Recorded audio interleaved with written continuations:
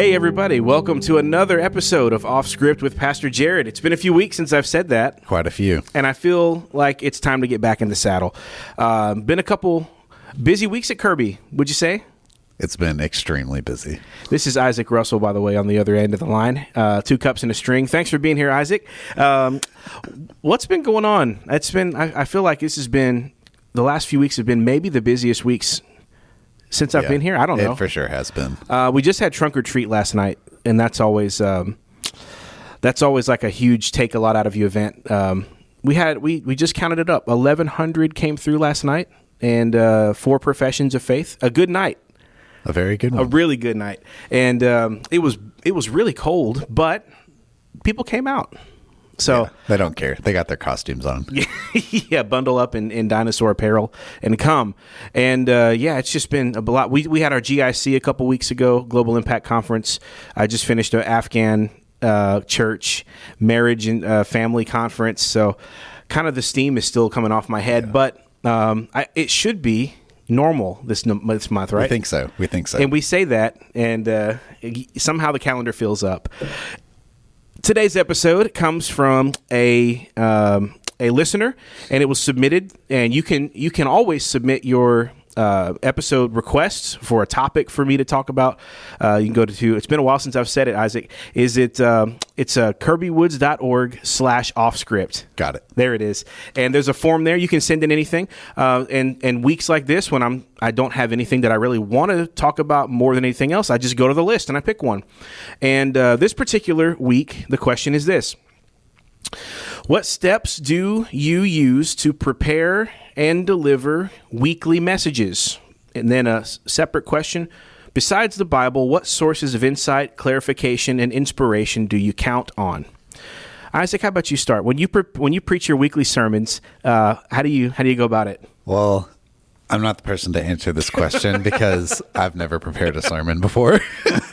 But there's a lot of people that think you'd be pretty good at it if you gave it a try. No. You've been known to commandeer a prayer meeting and do a pretty good job. So the people talk. I'm going to answer the question. The reason Isaac is on, ladies and gentlemen, is to be the normal guy that can ask questions that I would just rifle through and not think to ask. So I need you to stand in the place of all church members and all Christians that wonder what in the world happens and how their pastor does what he does. I will do my best. Okay. Isaac also knows the gory details of when he gets my sermon manuscript sent to him and what time that is. So don't worry about that. About 6:30 a.m. every Sunday morning. Jared wakes up at about 3 a.m. to finish his sermons. It doesn't matter how it gets done, ladies and gentlemen, as long as it gets done. So I'll just I'm going to assume what the person is asking is not like the depths of hermeneutics, like how you go about exegeting a text. I'm going to assume that's what they mean. So I'm going to try to stay a little bit away from that, but I'm sure that'll come up in some ways. But in general, I kind of have a rhythm to my week when I go about sermon prep. So as soon as you close the door on Sunday and you start moving into the next week, it's like there's a clock that starts in your head because Sunday's coming, and it comes every week. It's pretty regular, just like your Friday night homework assignment.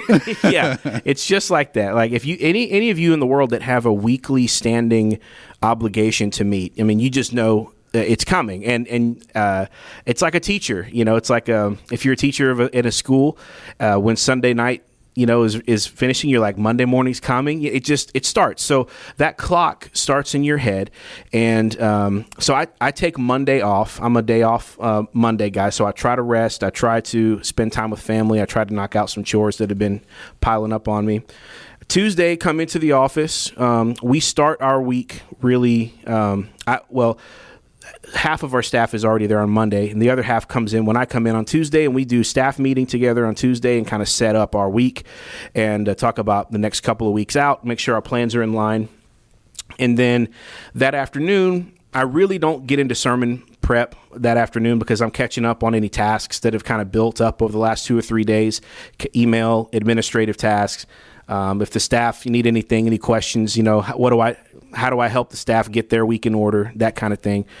Wednesday is my first day when I would usually have an opportunity to sit down, open the Bible, and read the verses that I'm going to preach that Sunday. So, but it's also a day that I would take meetings. I would also try to do a podcast if I can. What's today, Isaac? It's Wednesday. It's Wednesday. So usually Wednesday is a pretty good podcast day for me. It's also the most likely first exposure I'm going to have to the text I'm preaching that week.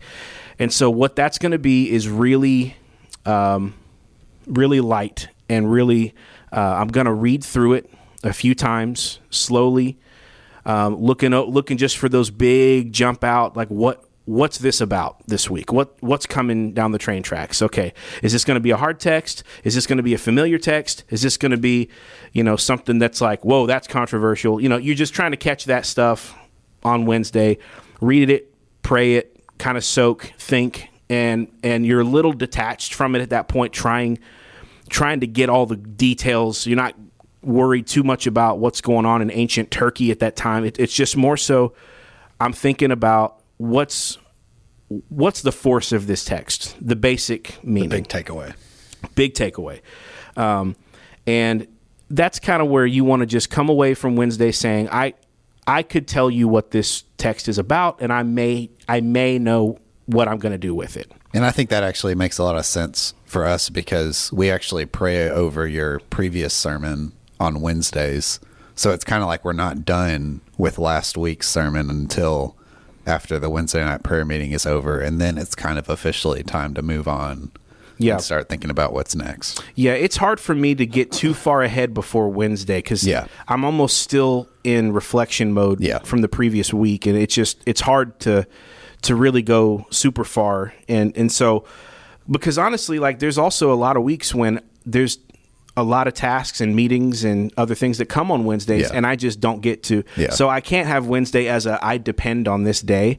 It's a nice day if I get a chance to get that. It's a really good week if you get it in on Wednesday. Yeah. But that's not, I don't expect that because you got to remember half of my Tuesday is gone from staff meeting. And then, Wednesday is like if I have a meeting, I'm trying to squeeze it on Wednesday. I'm trying to push anything into Wednesday possible. Because Thursday comes and the first half of my day on Thursday is spent with the senior adult Bible study, which we have every week. And some weeks I'll teach through different things on that week, but that takes a little time to prepare. I do a couple songs for them as well. And so that kind of, by the time you have lunch and sit down, it's 1:00. And it's like, okay, I really have just the back half of my day again to prepare for this. And so this is the time Thursday when it's like, I got to start getting serious and start telling people no to things. On Wednesday, I say yes. On Thursday, I'll say, I'll say you got to have a line. The doors closed a little more after Thursday. So I can confirm. And so like, that's when I will get into my commentaries, and I will start reading what I need to know what this text is seriously about and start getting those details that people are going to ask me at table talk on Sunday night and start getting those finer points in my head that I'm going to be able to put in the sermon beyond. You always want your sermon to have some things beyond what your casual reader would get from just reading it. And so those usually I start pulling those on Thursday and I'm like, whoa, that's cool. I never saw that before. And so, I'm kind of in I want to give some of my resources that I would look at on a given week. So if I'm in resource mode and I'm going into commentaries, I have a handful that I look at. Are you Matthew Henry guy? I can't. Oh, I do have a Matthew Henry. I know. I've seen it on I've seen it on the shelf. So my number one commentary that I use for depth and it's just the best commentary in my opinion is the New American Commentary set. That's a series. And they almost have every book of the Bible. They don't have all of them, but it's about finished. And so I love that one for depth. That's the one where you find the obscure fact about what's going on. But also it's theologically. Is that the Matthew Henry one or is it different? No, this is completely different. It's done by every volume has a different author. So the Acts author is different than the Mark author and things like that. So that's New American Commentary. You can buy that set, but it's like $600-800 to buy it all at one time. I have it on my Logos Bible software. A quick go-to commentary that I like is Bible Knowledge Commentary, and that's shorter. It doesn't give you all the depth, but it gives you some depth. Yeah. So I will read that one. It's from Dallas Theological Seminary. It's dispensational, so I can filter out some of the dispensationalism, and it's not a problem to me. I like it as a commentary. Sometimes I'll look at gotquestions.org, which is also a ministry of Dallas Theological Seminary, connected to them. I will check on the Bible Exposition Commentary, which is Warren Wiersbe and his kind of world of commentaries. Yeah. And he's just a different approach. He's a little less academic, some academic, yeah, but a little less academic and a little more of a preacher. And I never use his outlines, obviously, but he is known for putting his outlines in his commentaries. And then I will use like the Holman Illustrated Bible Dictionary, Baker Encyclopedia of the Bible. If I need to know about a city or a book or a time or a character, that's where I go. I plug it in right away, and I plug it into Holman or I plug it into Baker. So when you have your like historical facts, it comes from that generally? Often, yeah. So if I want to know...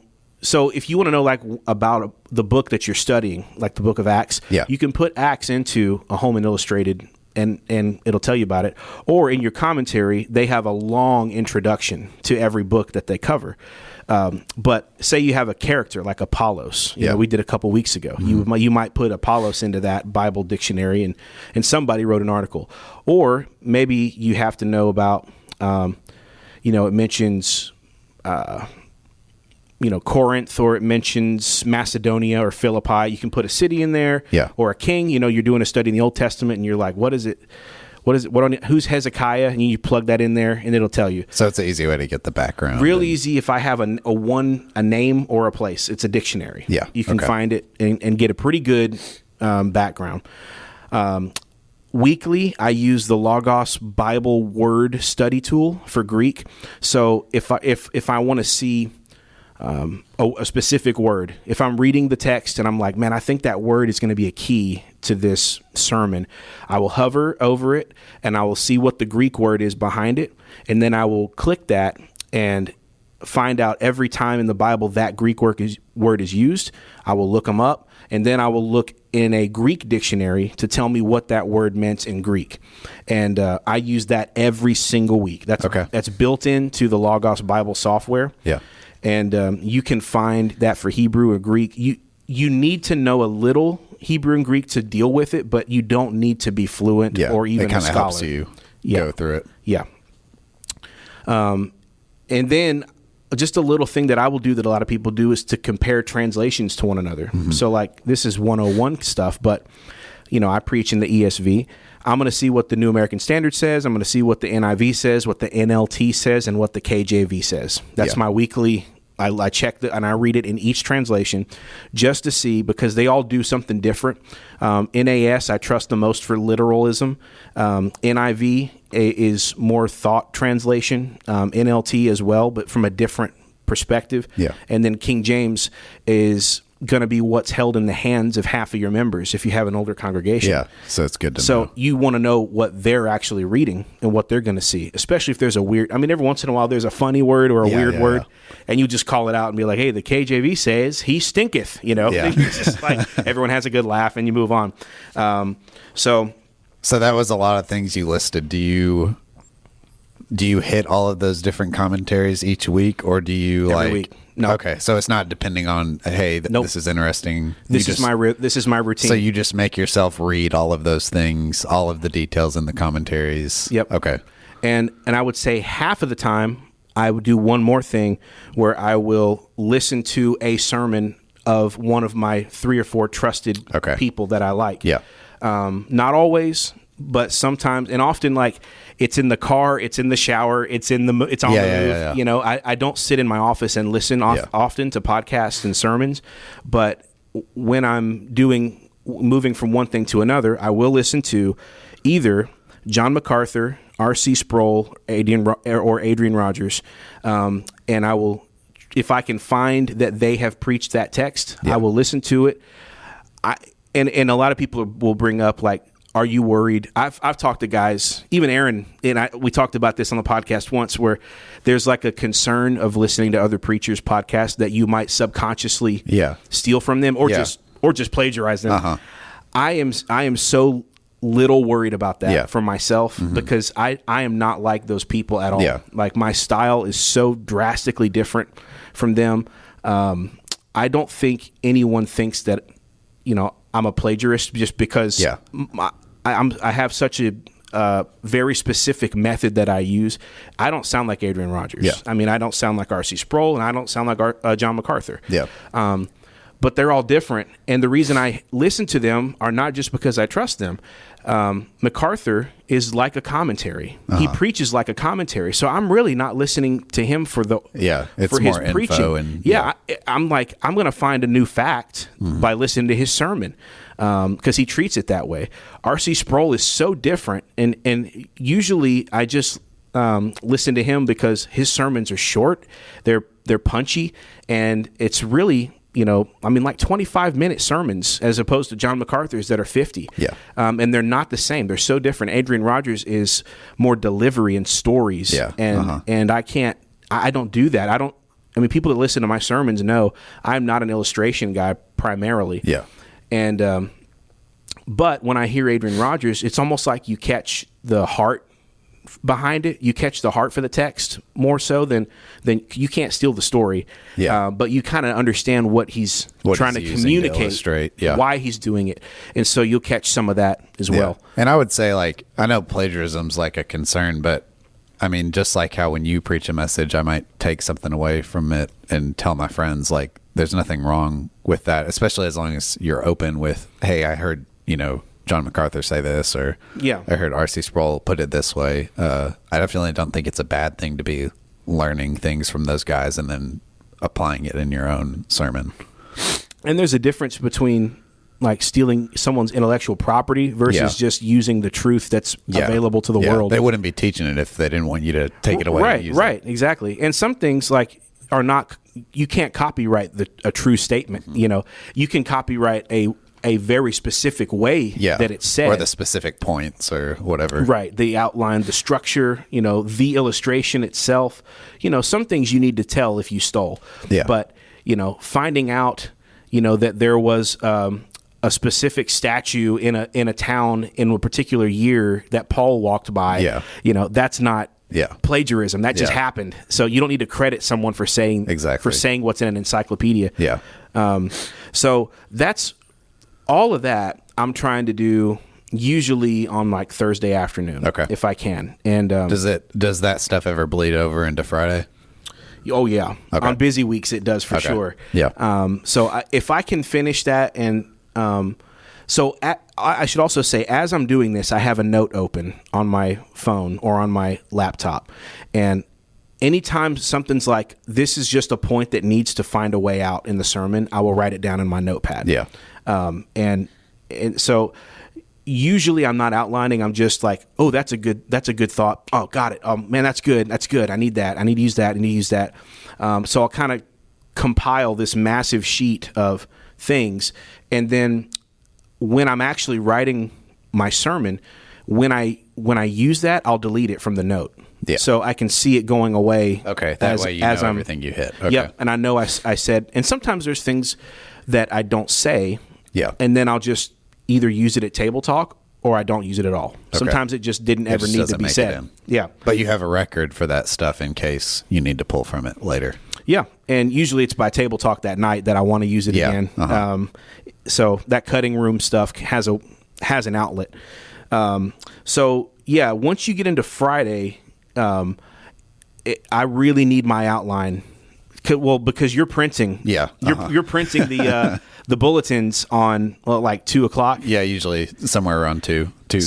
So that's a built-in time marker for me of I have to have my outline submitted by the time you print the back of the worship handout. You at least have to have that summary 3 points. And to be honest, ladies and gentlemen, the 3 points it's half of the work.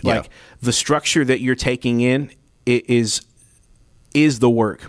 getting that outline done is everything. A lot of people think it's the outline maybe takes 10% of the time, and then the writing the sermon is 90. It's like, no, because you draw those points out of the whole sermon. All the work of your mind is how am I going to say what I'm going to say? In what order am I going to say it? And what's the best way to package this thought and break it down in 3 or 4 ways? That's this. I'll just be honest. That's what separates the men from the boys. How you have the way your outline flows, and whether it makes sense, and how you chose to break down that text. That's the difference between a good preacher and a great preacher. Is that skill in the outline. So by the time you've got your outline, you can almost know whether you've got something or not. So by Friday morning, I am trying to fill out, every week I have the same template. I have main idea, and for the main idea, that's a 1 or 2 sentence summary of what this whole thing is about. When the guy on the street stops you and says, "Isaac, what you preaching on Sunday?" 2 sentences. Just remember that. And again, if you can't do that, you don't know what you're preaching. It's if you can't make it as simple as 1 to 2 sentences, you don't yet have a grasp on it. So I almost force myself to do that first. Is what is this about? What do I have it or not? If you can't say it in a short way, you don't have it.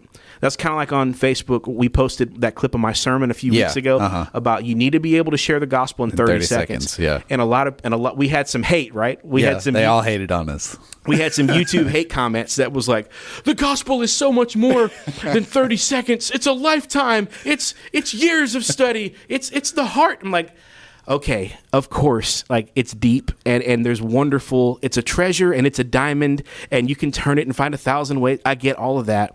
But anything you can't share in 30 seconds, you don't really understand it yourself. That's all I'm saying. And so with a sermon, it's the same way. Your sermon may be 45 minutes, but at the same time, if you can't tell me in 2 sentences what it's about, you don't know. And that's the same to every person. My hope after a sermon is I can go to my church, talk to an individual person and say, what did I preach about Sunday? And they'll give me a 1 sentence, 2 sentence. And it should be fairly similar. If it's the same, man, I've done good. I've done real good. So that's number 1. Number 2 is a challenge. Now, this is where a lot of preaching is lacking, is it doesn't have a challenge. A challenge is what the listener says, okay, what do I do with this information? I've got this. Okay, great. I've got this fact. I've got this. I've heard this sermon. But what am I supposed to do in my life? What's the Monday, Tuesday, Wednesday takeaway from me? And that's actually hard on certain texts. Certain texts, it's very practical already. Husbands, love your wives. Okay, well, your challenge is go home and love your wife. But if it's like in the beginning was the Word was with God, and the Word was God. All right, now what am I supposed to do tomorrow? What does that do about my life? That may be a little more challenging. And sometimes the challenge is just to worship God in light of truth. That can be the case. But it's giving away something that you should do as a takeaway. And that's the challenge. So I try to have that. And then I have the outline itself, which is, going to be anywhere between 2 and 5 points on a given week. Three most common. I've always wondered why when you email me your outline, you do the main idea, challenge, and then points. And then I rearrange it into main idea, points, challenge. Because but if that's how you're building it in your head, then you're just sending it to me in the order that you made it. Yeah, that's how I do it. And again, the points really is super important to how this sermon's going to go. And the reason why is you don't just make it up. You're not just making up these points. If you're an expositional, exegetical preacher, then your points have to tie to something happening in that text. So you have to be able to be like, all right, look, in verses 4 and 5, you see this, and that's point 1. And then see the verses 6, 7, and 8, it's point 2. And then verses 9, 10, 11, it's this. And if you can tie that together where all 3 of those points are corresponding to something in the text, and at the same time there is some kind of relatedness to the points, you've got it. That's and then kind of the cherry is if there's any bit of alliteration or rhyme artsy. or now that's the art. Yeah. There, like I said before, there's a science and there's an art. Yeah. Science is hermeneutics. Art is the alliteration and the rhyme and the making it easy memorable to remember. Yeah. So because hey, look, we're creatures that like art. Okay, you can say we're not, but we are. People like a good package on what they take in. So if you can do that, you've got it. It's. I feel really good about it. I submit it, but at the end of the day, that sometime on Friday when I've sent that to you. At the end of the day, all you really have from me is 3 blanks, a challenge, and a main idea. A few sentences, and that's all I have. Yeah. At that time, and a sheet of notes. There is still quite a bit of work to be done where you have to actually go and turn this into something that makes sense from start to finish. Yeah. So now I'm sitting down. Do you ever on Friday afternoon when you email me your points? Are you ever like, okay, it's 2:00, I gotta send it, and I don't feel good about this, but I gotta, it's just time to print. Yeah. Sometimes you pull the slot, you pull the arm, and you're just like, send. I gotta get this out because it's it's game time. I just gotta send it. So sometimes it's like, I am going to send Isaac something in 10 minutes. Yeah. I will. And you just which is probably good, because if that deadline wasn't there, then you might not decide on it till Saturday morning, and then you'd really be under a time crunch. You just send it though, and it's out there, and you do the best you can with the time that you have. And look, man, pastors will know what I'm saying. There are some weeks when there are other important things that happen. Yeah. Person X has crazy thing in their life. Someone dies. The funeral happens in a time you didn't expect it in the week. Crazy stuff happens in the office. I mean, there's just things that go on, and some weeks you just don't have the time you wish you had. You know, like I'm sure there is some level that you can attain at some mega church where you are able to lock yourself in the office and spend it. And that's your only job, and that's all you got to do. But guys in churches that are not at Kirby Woods, not at our size currently, no, smaller churches, mid-sized churches. That's just not the reality for pastors. You are a pastor who preaches. You're not a preacher only. That's just that's not how it is. And I would say that makes it more meaningful when it's someone who you're doing life with, who is sharing, rather than someone who all they do is teach. And when you have issues, they're not the guy who you go to. And that's why, can I just speak on behalf of the normies, the normal guys out there too? That's why sometimes, pastors of normal sized churches get their feelings hurt when they're compared to mega sized churches, because it's just not fair. Like, it's not some guys are out there doing a funeral a week, and they're taking care of people. They're doing marriage counseling. They are their own church social media guy. They had to set up the tables and chairs and fix the toilet, and then they got to preach. And then you got their church member that's like, well, you're not quite as good as Adrian Rogers, and it's like, of course, what do you think? So that's, I just wanted to stand up for some of those guys, because it's Don't just be how too hard on yourself. No. So anyways, then really you get into the process of what I call manuscripting. Now, this is where, if you're not a manuscript guy, it's a different process for you, and I don't know what you do at this point. But I know what I do. I sit down and I say, it was the best of times, it was the worst of times. Call me Ishmael. And I'm on page 1, word 1, and I just start writing from top to bottom. I have my introduction. I try to come up with what's a way to catch their attention and bring their thoughts to the relevance of what we're about to talk about. If I have a theme, it can be catchy. It doesn't have to. Some weeks it's catchy, some weeks it's not. And then I get into point number 1, and I start setting up the context. Here's where we've been last week. Here's where we're going.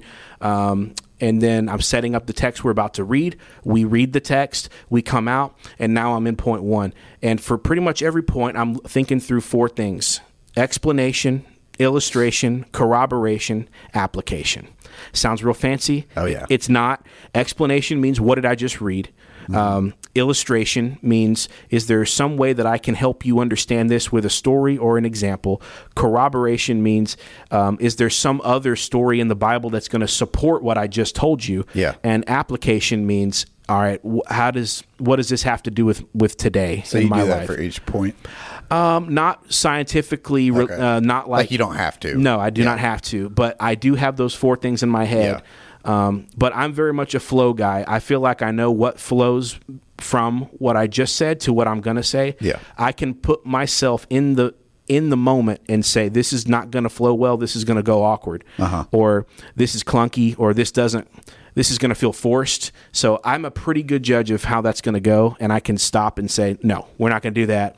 Yeah. That felt forced. And I will catch those on my second edit. Okay. So usually I have 2 edits. My first one is I will more so for typos and more so for when I read this, I'm going to stumble over saying this and then I'll change it. The second edit, which is on Sunday morning. Yes. The second edit is if I can trim 300 words, I will. Okay. 300 to 500 words off. That is like, what's the least necessary thing in this message? Or where do I feel it's slowing down? Yeah. And if I find that, boom, I'll just take it out. I'll just cut a paragraph and move on. Help tighten it up. Yeah. Most of the time, you don't need to say as much as you think you do to make your point. So I try to say as little as I need to say, and it helps it feel dense. I think I try to make my sermons feel dense. Like, man, that was a lot of content. Yeah. That was really worth the 45 I feel like most minutes. people, I mean, I feel like your average is like, what, 30, 35? Yeah. And then I feel like most people who would preach a similar sermon, it's like 45, 50. So it is like very quick compared to. I try to cram a lot of important information into a tight space that's not longer than it needs to be. Yeah. But I'm also not talking like an auctioneer and Don't going miss too the fast. important stuff. Yeah. And I will camp on an area if I feel like I need to. Mm-hmm. But so then that's explanation, illustration, corroboration, application. If at any point I feel like this is the moment to do this, I will do that. And then the last, then I will kind of finish up. Often, I mean, I am writing on Saturdays. So it's very rare that I'm not writing anything on Saturdays. And that'll be it, often on my laptop at home or, somewhere else. And, I'm finishing up either on late Saturday night, or sometimes I do wake up. I know this shocks people. Abby hates the fact that I do this, not because she doesn't like it, but she gets nervous that I'm not going to make it. But I know I will. But I do sometimes wake up on Sunday mornings and finish my conclusions and my third point. Sometimes you email me late Saturday night and the third point is not finished. Yeah, and I'm like, all right. But some of the best content I've ever written was on a Sunday morning. There's a moment of clarity. There's a moment of 6 clarity a.m. in your living room. When clarity meets morning, meets mercies new each morning, meets pressure. Some powerful things can happen. Yes. I bet you, as you've edited a video, you've experienced that from time to time. And it's amazing what you can do when you have to do it. So, and I will finish that, and then I'll get my edit in, and then it's in. And then at that point, like, there's this spiritual moment of like, I've done all that I can do. Kind of like when you I obviously haven't ever lived in the Old Testament. I've never made a sacrifice. But it's this moment of like, here's the offering, God. This is it. This is my best. Yeah. It's the best I can do in my life. Have it. It's yours. And then you kind of just have to pray before you go out, and you just say, like, I've done my best. At this point, for this to be successful, you're going to have to use me and move in me and make this land. Yeah. Because if I really, I've done my best, and there are weeks when you write awesome stuff that you think is going to be great, and it just doesn't land. Yeah. And then there's weeks where you're like, I am nothing. Yeah. And that was bad. I need to quit. and yet it's like, wow, that it moved people, and it was, so it's like, you just it has to be God using his word to move people. And and you have to ask for that to happen. I mean, there's a certain degree of like, if your sermon is faithful to the text itself and you are just telling the truth, that will move people because God's word has power in it. But at the same time, like, whether God's going to use you to do it or not is up in the air as well. Yes. Like you could be a dirty vessel that he decides just not to use that day. Yeah. And so that's that, like, I need to go in prayed up mentality of if my mind is not in the right place, or my heart's not clean, or if I am thinking that this is like, look at my wonderful sermon, he can shut it down real fast, and it can flop. And that's why some of my best work are weeks when I felt the worst about what I had. Yeah. Because it drove me to go pray more about it. Yeah. Like, you weren't as confident. I had little confidence. Yeah. And so I went in and I was just like, God, I don't know if I have it this week. Like, first of all, and I'm tired. And second of all, this sermon's just not that good. Yeah. And I'm going to need you to step in here and do this for me and give me something, give me some kind of power, some juice from on high that I didn't have before. And and there are and he will do it. I mean, it's just, it's crazy. Like, you'll get up there and moments before you go to preach, you're just like, I'm about to fall asleep, or I'm just not in the mood. I mean, I know that's hard for people to hear, but I'm just not. And then you're like, all right, let's go. And you step up there, and somewhere up the stairs, or somewhere as you're about 3 minutes in, it's just like lightning strikes. You're just like, here it is. It has happened. Yeah. And boom, there's a passion that's unleashed. Yeah. And I think a lot of things are like that. Like, even with music, like on a Sunday when sound check goes horrible and we're just like, oh man, this is going to be a flop. And then we get to the service and I was like, oh man, that was a good Sunday. Yeah. Or, it's Global Impact Sunday and we have a choir and everything, and Mitch's ear pack goes out and he's like, man, this is terrible. But everybody else who's singing feels pretty good about it. Mitch doesn't have the metronome clicking in his ear, but we do. And so there's always, we can prepare all we want, but sometimes there's just that factor of, is God going to bless it or is he not? And Yep.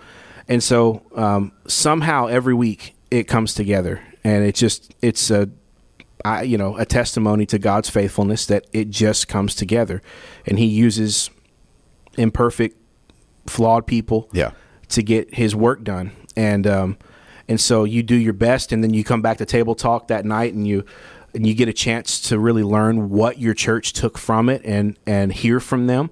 And I look forward to that every week. It's one of my favorite things that we do. And then you go to bed that night and it's like, boom, next week's coming. It's coming. Then the clock's ticking for the next week. I've never thought about that with Table Talk. Like, it really, I feel like with some pastors, it's like you preach the sermon. All right, everybody kind of moves on. It's like, how do you even know if you're preaching what's hitting your people or if it's practical? So like, Table Talk's a good way to gauge your congregation and know what they need. Yeah. And one more thing I would add that I was able to do, I did some with Kevin as he was here, and I look forward to when our staff's a bit more built out, our pastoral staff is a bit more built out, that I did in Colorado was, somewhere around Tuesday at our staff, after our staff meeting or part of our staff meeting, we would talk about the text for the next Sunday. And we would just go through, like, how would you preach it if you were, what are you seeing in here? And you're dealing with other pastors that have done it before. They can say, like, I'd probably take this approach. Yeah. And sometimes you take each other's advice, sometimes you don't, but you get to have some back and forth. Yeah. And it kind of helps you remove any flaws that you might have in how you're looking at it. If you're like, I was going to take it this way, and then someone else you trust is like, hey, listen, that's a terrible idea. That's a terrible idea. You might be in heresy if you do that. Please don't. Those are good built-in things to keep you on track. Yeah. So anyway, that's kind of my weekly prep and process. I don't know. I would love to help other people, learn to do this. I don't know how it came across today talking about it, but this is my favorite thing that I do. I really enjoy the process of sermon preparation and delivery. I think I'm gifted in it, and I really love to do it. And you can see how it changes people. You know, Yeah. having God's word brought the right way, Yeah. can really change people. I do think like one of the most exciting things for me is like when we sit down at table talk and like everybody's saying what they learned and really excited. I feel like those are the moments where I'm like, this is working. Something's happening. Yeah. People are, God is moving in their lives and we're getting to be a part of it. I would say like if you're a pastor or if you're at another church, you may not have a table talk, but if you can find a way to have some way to know what your people are getting, even if it's just in Sunday school or something, some built-in, some midweek thing where you can find out, are people picking up what I'm putting down? Yeah. I mean, that is so key to know you're not just talking into the air. Yeah. It helps me a lot to do that. So any last questions from you? Any questions you've always wanted to ask? Do you ever like, once Sunday is over, do you ever like dread the next week happening? Are you like, man, I got to do it again? Or is it like, that was fun, I'll do it again? No, I don't. I really don't think I ever dread it. It's the only thing that creates any sense of what I would call dread is when you're getting in the back end of the week and you know that other things are jumping into the calendar and you start feeling like I don't have time to do my best. Yeah. That's when that feeling starts to hit you of like, oh man, I'm not going to make it, like I know I'm going to stand up and say something on Sunday, but you have your best. And then every time something jumps in and takes away the time you could have spent preparing for it, it's like, well, that's 5% less 5%, 5%. Every person and I don't mean that to say like, don't talk to me, like I try to be an available pastor and I try to make myself available to people.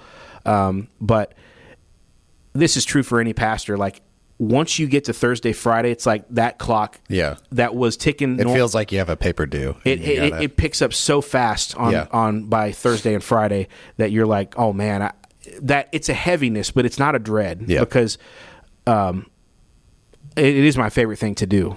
So I love doing it. Yeah. Do you ever have moments on Saturday where it's like, I wish I could spend more time with the kids, but I got to knock this out? Because you're pretty good about taking Mondays off from what I can tell.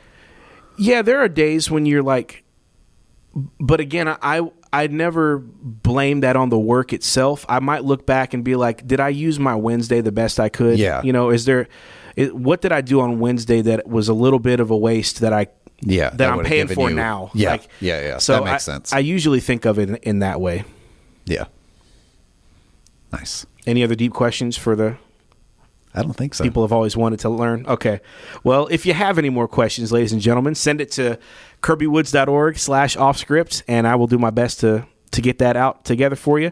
Hoping to be a little more regular on these off scripts now. It was a busy October. Man, it was wild. We'll be back now. It was wild. And I also, we have a new staff member hopefully coming in November. That's the hope, is Caleb Richardson, our new pastor for children and families, is on his way trying to get here.